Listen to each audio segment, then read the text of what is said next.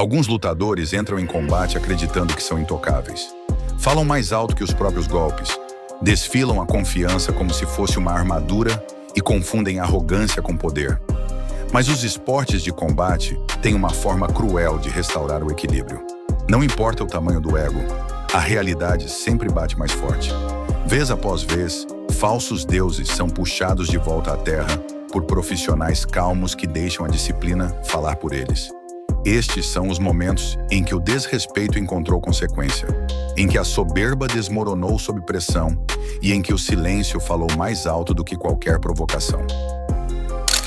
Victor Ortiz entrou para lutar contra Floyd Mayweather, transbordando arrogância. Invadiu o espaço pessoal, encarou por tempo demais e se comportou como se aquele momento já fosse dele. Do outro lado estava um homem que construiu a carreira punindo erros, em silêncio, com eficiência e sem misericórdia. Desde o primeiro gongo, Mayweather controlou o ritmo com precisão cirúrgica. Sua movimentação era afiada, o tempo perfeito. Ortiz tentou forçar as trocas, mas a defesa de Floyd transformava a agressividade em frustração. Os rounds iam passando enquanto Ortiz perseguia sombras e absorvia contra-ataques limpos.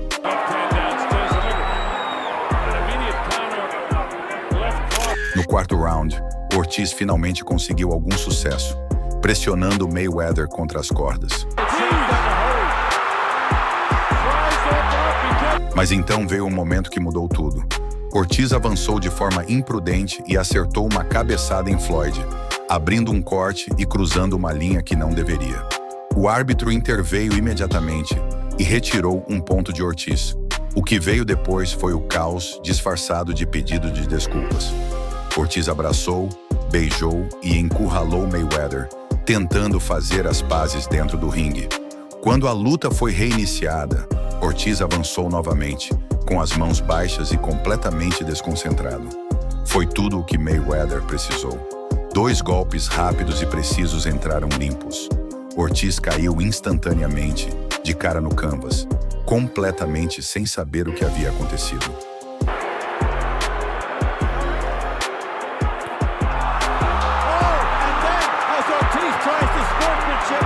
A contagem foi apenas formalidade. A luta havia terminado. Em questão de segundos, a confiança virou consequência. Mayweather lembrou ao mundo que inteligência vence imprudência e que respeito, no mais alto nível, não é opcional. É questão de sobrevivência. Em certo momento, Anthony Joshua não era apenas um desafiante. Ele era um aviso, um peso pesado perfeitamente construído, com uma calma assustadora que se comportava como alguém que já sabia exatamente como a história terminaria. Do outro lado estava Charles Martin, campeão apenas no nome, mas perigosamente convencido de que confiança por si só seria suficiente. Desde o primeiro gongo, a diferença ficou clara. Martin se movia como alguém procurando uma saída, e não uma oportunidade. Circulava sem parar, hesitante em se comprometer, enquanto Joshua permanecia calmo e calculista. Não havia pressa, apenas um jab constante, pressão medida e controle total da distância. Joshua tocava Martin repetidamente, testando-o, lendo seus movimentos e desmontando qualquer crença que ele tivesse trazido para o ringue. O primeiro round passou com Joshua completamente no comando, enquanto Martin oferecia pouco mais do que movimentação nervosa e fintas vazias. No segundo round, Martin finalmente avançou, tentando se impor como um campeão deveria. Mas no instante em que se abriu, a ilusão acabou. Joshua esquivou do jab e disparou um direto de direita devastador que mandou Martin ao chão. Southpaw right, look for the left. Martin se levantou, visivelmente abalado e desesperado. Tentou a mesma abordagem novamente e Joshua o puniu imediatamente. Outro direto limpo o derrubou pela segunda vez. Dessa vez, Martin permaneceu de joelhos, imóvel, enquanto o árbitro completava a contagem. Em apenas 2 rounds, Joshua conquistou o cinturão peso pesado da IBF e entregou uma dura verdade. Arrogância não cria campeões. Precisão cria. Confiança sem fundamento não sobrevive ao poder. E naquela noite, Anthony Joshua foi a própria realidade. Close enough. And he was coming forward as well. He'll have absorbed even more. Bernard Hopkins entrou no ringue carregando décadas de grandeza. Um mestre técnico, uma lenda viva e um homem que havia sobrevivido a guerras contra alguns dos maiores do boxe. Mas a confiança aos poucos se transformou em excesso de confiança, e a experiência começou a se passar por invencibilidade. Do outro lado estava Joe Smith Jr., mais jovem, mais forte e indiferente à reputação do adversário. Hopkins trouxe os jogos mentais, os olhares, a leve provocação que vem de quem acredita que é intocável. Tentou vencer a luta antes mesmo de o gongo soar. Quando a ação começou, a realidade se impôs. Smith pressionou de forma constante, acertando golpes limpos e recusando-se a se intimidar pelas artimanhas de Hopkins. Round após round, o ritmo favorecia o mais jovem. Hopkins tentava desacelerar a luta, mas as pernas não respondiam, e os reflexos chegavam sempre um momento tarde demais. À medida que os rounds passavam, a diferença ficava cada vez maior. Smith continuava desgastando Hopkins com disciplina e persistência, enquanto o veterano lutava para acompanhar. Nos rounds finais, o resultado já parecia inevitável. Então veio o momento que definiu tudo. Smith disparou uma combinação brutal de 6 socos, cada golpe com precisão e intenção. O último golpe arremessou Hopkins pelas cordas, tirando-o completamente do ringue. Aos 51 anos, o veterano tentou se levantar, mas o corpo não respondeu. O árbitro contou, mas a luta já havia terminado. Não foi apenas uma derrota, foi um lembrete. O legado não impede o tempo, e a história não protege ninguém da física. Joe Smith Jr. não apenas venceu naquela noite, ele deu uma das lições mais duras que o boxe pode ensinar.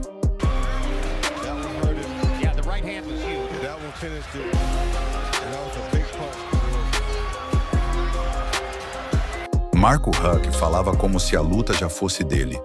Desde o momento em que Alexander Usyk o escolheu para o World Boxing Super Series, Huck se comportou como se tivesse sido subestimado. Inflou o peito, deu avisos e até empurrou Usyk durante o encontro de frente, confundindo provocação com domínio. Usyk não disse uma palavra. Não precisava. Quando o gongo soou, a diferença entre barulho e habilidade ficou dolorosamente clara. Usyk controlou o ringue como um grande mestre de xadrez, deslizando para dentro e para fora do alcance, enquanto desmontava Huck com precisão. Cada troca favorecia o homem mais calmo. Cada round drenava a arrogância de Huck. Huck tentou reagir com agressividade, mas isso só o expôs ainda mais. Sua defesa cedeu sob os ângulos, o jogo de pés e as combinações incessantes de Usyk. Cada passo à frente era pago com golpes limpos. Cada recuo, um castigo contínuo. Nos rounds finais, Huck já não lutava para vencer, apenas para sobreviver. Seu queixo se tornou um convite aberto, e Usyk aceitou repetidamente, acertando golpes que faziam sua cabeça recuar com assustadora regularidade. No 10º round, Usyk decidiu que já era suficiente. Aumentou a pressão, esmagando Huck com precisão e volume, até que o árbitro interrompeu a luta. O que começou como arrogância terminou em exaustão. A conversa de Huck desapareceu, substituída pelo silêncio, enquanto Usyk caminhava sem danos, provando que disciplina destrói ego.